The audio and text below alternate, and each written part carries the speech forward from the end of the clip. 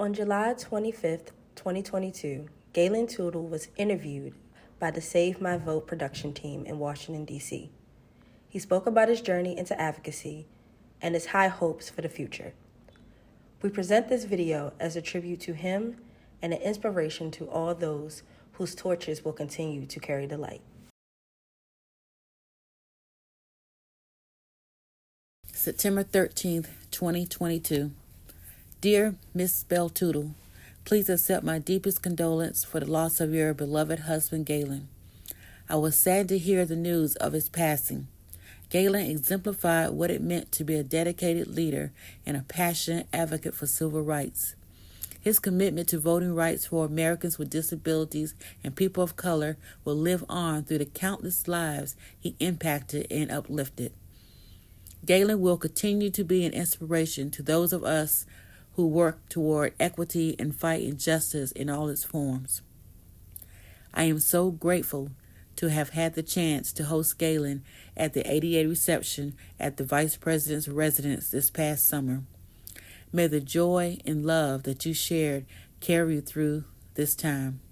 I will keep your family in my thoughts and prayers. Sincerely, Kamala Harris.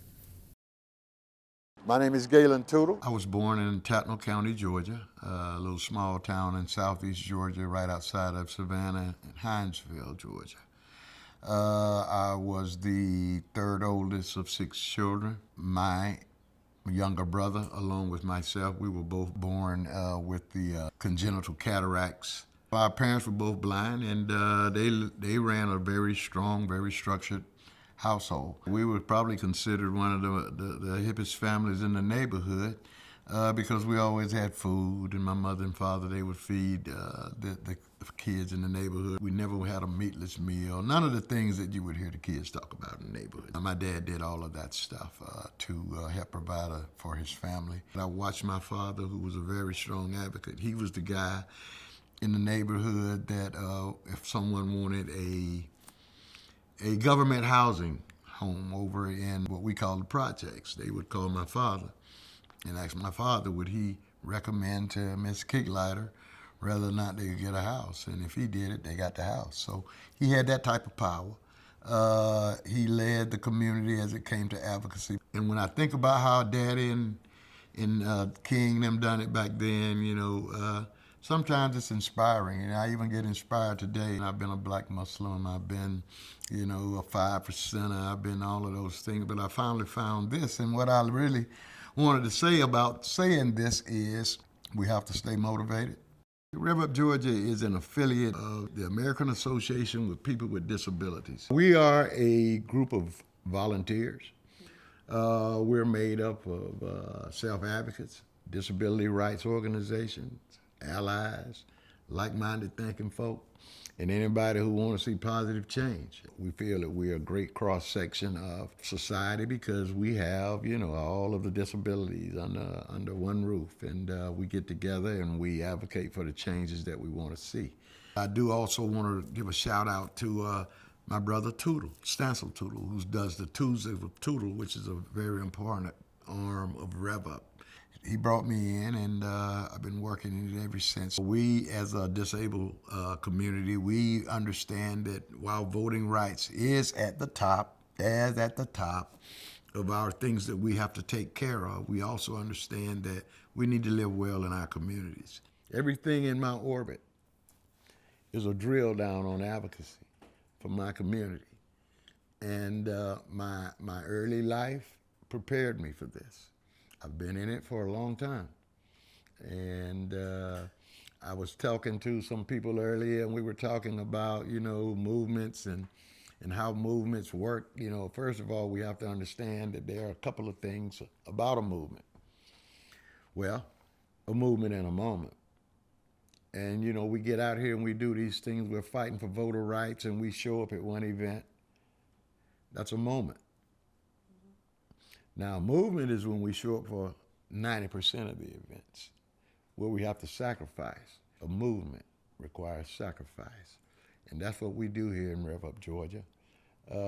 We are on a mission to educate our people on the pitfalls of the various voter legislations that's coming out there and educating them on the issues. I majored in English and political science, so that has given me the ability to articulate, given me the ability to frustrate, and sometimes, even agitate, because all of those things are part of advocacy for me. I'm not going to allow the Southern genteel mentality that they have down there to disenfranchise our population. I get to bring a contingent with me because we are, in my community where I live, we are that community. We believe in being out there at whatever events that are going on. We're politically engaged. We're socially engaged. We promote independent living, accessible, secure, independent living. And this platform that I now have, it has allowed me to even delve some into community actions, politics, I guess you would want to call it, because I do get that question in my local community. But I like the advocacy side of things, because with advocacy, what we have to understand, and a lot of people don't, is that in politics, there are never any permanent enemies or permanent friends, right? It's only permanent interests, right? So if we get that understanding out there, then we can do a lot more. But I believe this platform has allowed me to do that, because in this platform, I may be talking to a Republican candidate today or a Democratic candidate tomorrow, again, drilling down on the interests. What's important? What makes my community move? What impacts our community? So my platform obviously has allowed me to reach out into spaces where I never thought I'd be. The harder I reach, the further I can go, the more I can impact, the more changes I can make. So, this platform has given me everything as it relates to what makes me move. We got to win. I can't accept nothing shorter than that. But I also believe in the work that we're doing. I believe that we're going to get that. I believe that we're going to get the people there that we need, so that our community can continue to flourish and grow and make America this great place it's supposed to be. It's going to happen. Now, I don't know the collateral damage that we'll suffer to get there, but it's going to happen. And the surest way to make sure that we don't go through all that is that everybody vote. And that is what we got to do in this year's election.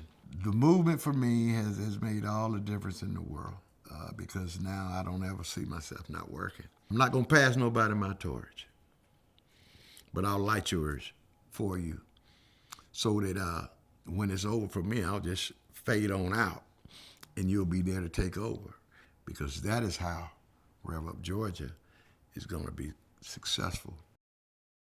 Hallelujah,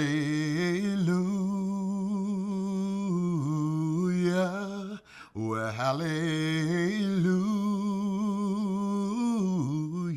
Well, don't you know that the storm is passing over? Well, hallelujah.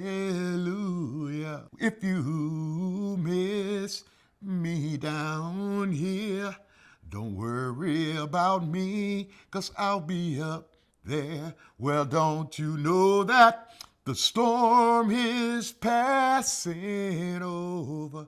Well, hallelujah. Yes,